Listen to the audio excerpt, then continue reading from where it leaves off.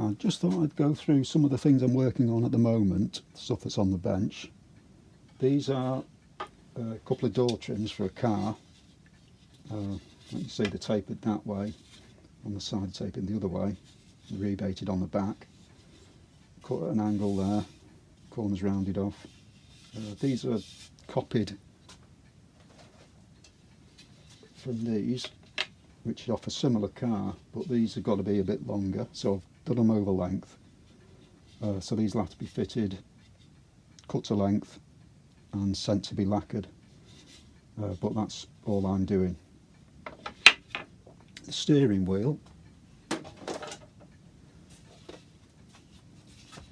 which I've finished stripping, had split around the edge about 3/4 of the way round. Someone had tried to glue it, which made things a lot worse. So there's a load of glue stuck in there, stopping it from going back together again. So I had to carry on the split all the way round, pull it apart, and it looked quite drastic. Didn't look like it'd ever go back together again. Some paint stripper to get the glue off. Managed to glue it back together again. Finished stripping off the lacquer that was on it, which is quite tough. The paint stripper doesn't seem to do anything unless you leave it for quite a while and keep adding more and more. But it does come off. It needs a little bit more sanding. There was a little chip missing. There's a bit there which you had to splice in. But once that's lacquered, you shouldn't see it. And it's come out reasonably okay. A lot of this filler is from when it was made. The splits down there. That line there is where there's a join. Like I say, a bit more sanding and that can go. That'll be sprayed up and finished. So that's one job I'm working on at the moment. So my workbench is incredibly messy at the moment, which it usually is actually, which is really annoying. There's a door there off a bracket clock which needs that piece of wood replacing with something more suitable, a nice tight grain like that. Now I've got some, but it's much darker and redder. So I'm trying to bleach that out to see if I can get a good match on this before I start chopping this out. And the lock, the pin had fallen out, and it had been soldered in a few times, and that doesn't quite go down, but it does actually work now, so that can go in. So this is the mahogany. It's veneered onto another piece of mahogany, but this is really nice, tight grained. So I've started trying to bleach it out up there, just to see if I can get a colour match, using the 2-part bleach, which is that. So you put that on first, let it dry, and then part B. I've put a couple of coats on already. I'm going to stick another coat on now.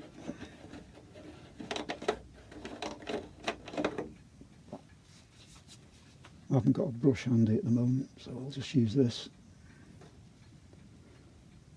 You don't want to get this stuff on your hands.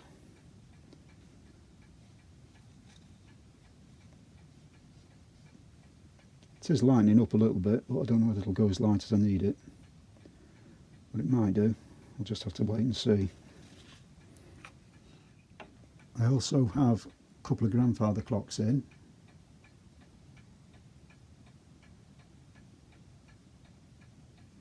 The one furthest away I haven't started yet, but the other one I've stripped. I've done most of the repairs on the hood. This will be a future video. It's an oak case with, well, it's got rosewood crossbanding, which is unusual, and the pillars are mahogany, which I've not seen before. But it's quite a nice case, nice and slim. It had a bit of a bad life, quite bad restoration, so it needed to come here and sort it out. The other one that I haven't started yet is quite interesting. It's a single hander, but with a painted dial, so it's a 30-hour, and the hood is in a box in bits. So that's the hood.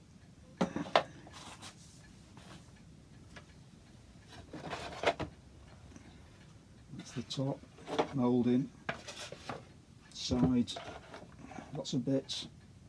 There's a pillar there. There's a lot of work, but it'll go back together. But it's just a bit twisted, so needs a little bit more looking at and thinking about.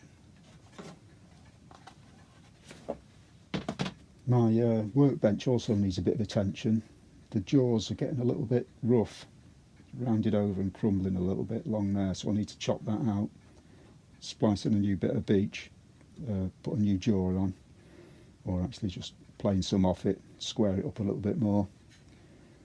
And also the vise is due its annual strip down, so normally I take this off, take it to bits, clean all the old oil and sawdust off it, re-oil it, reassemble it and put it back. And it works really nicely when you do that, but at the moment it's beginning to get a little bit sticky and squeaky, so it is due for an overhaul. To get the vise off,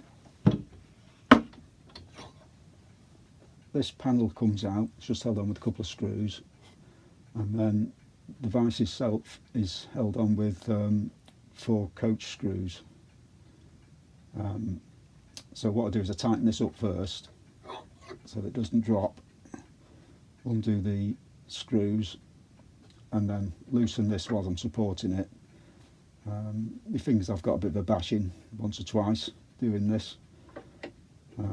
So then I take it to bits, clean it all up, and then wrestle with it to get it back on again.